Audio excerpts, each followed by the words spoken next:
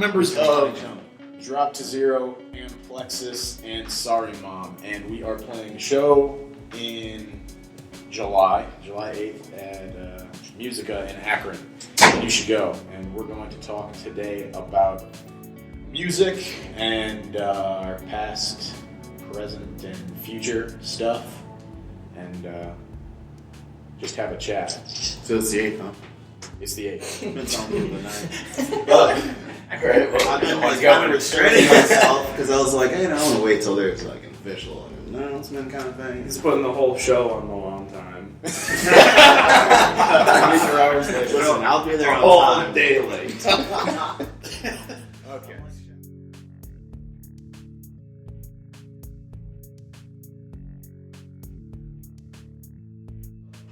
Weirdly enough, I think Eminem and Ludacris were like the two things that I was just in there like, yeah, what up in my Jinko jeans mostly.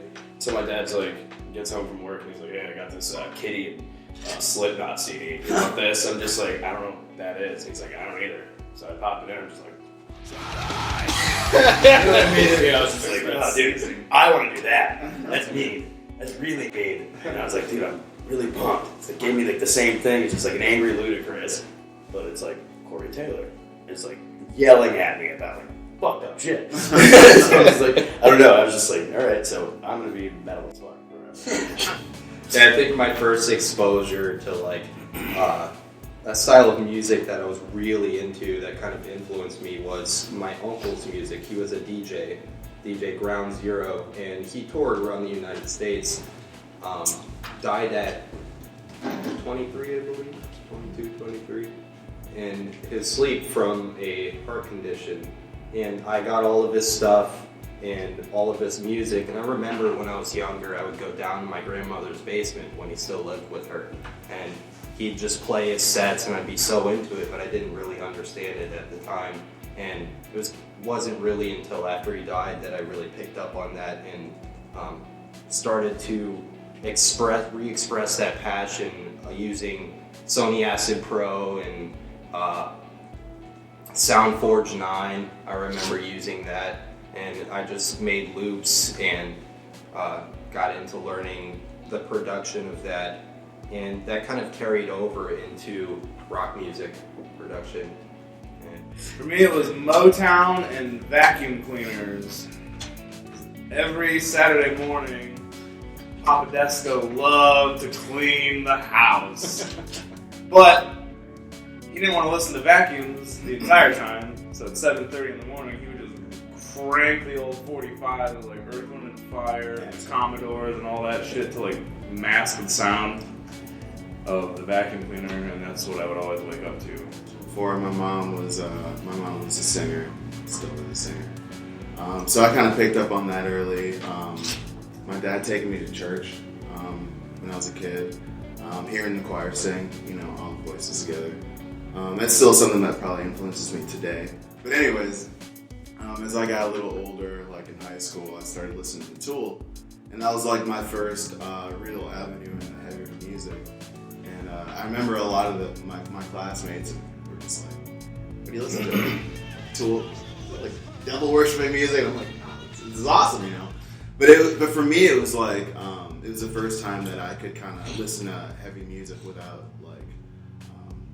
I guess like the aggressive.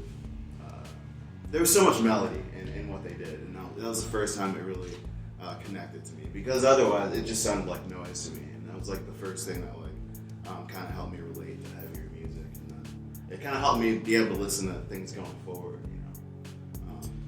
I was raised going over to my grandparents' pool, my aunt and uncle's pool, family house, and they always had 97.5 WOAD Akron. super loud. And so there was like Pink Floyd and Zeppelin and Dire Straits and AC/DC, which is kind of what my dad would bring home.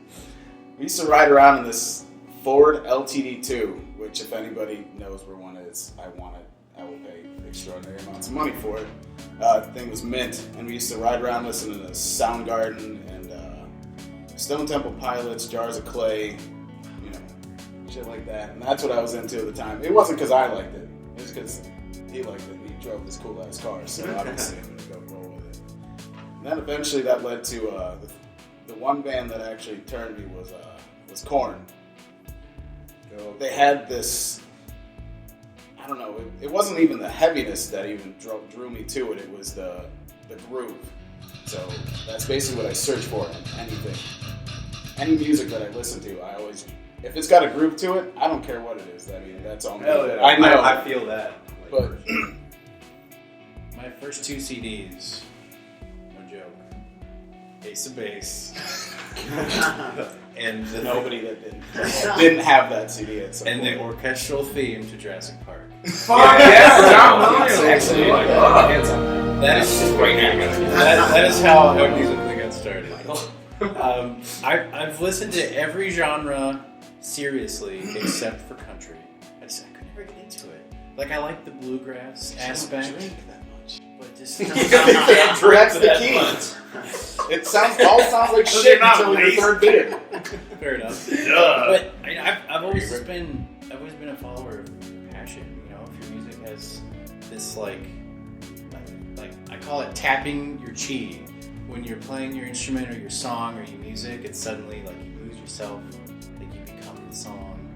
Like to me, that's if a song can do that to me, then that's worth listening to. Yeah. My first concert was Michael Jackson.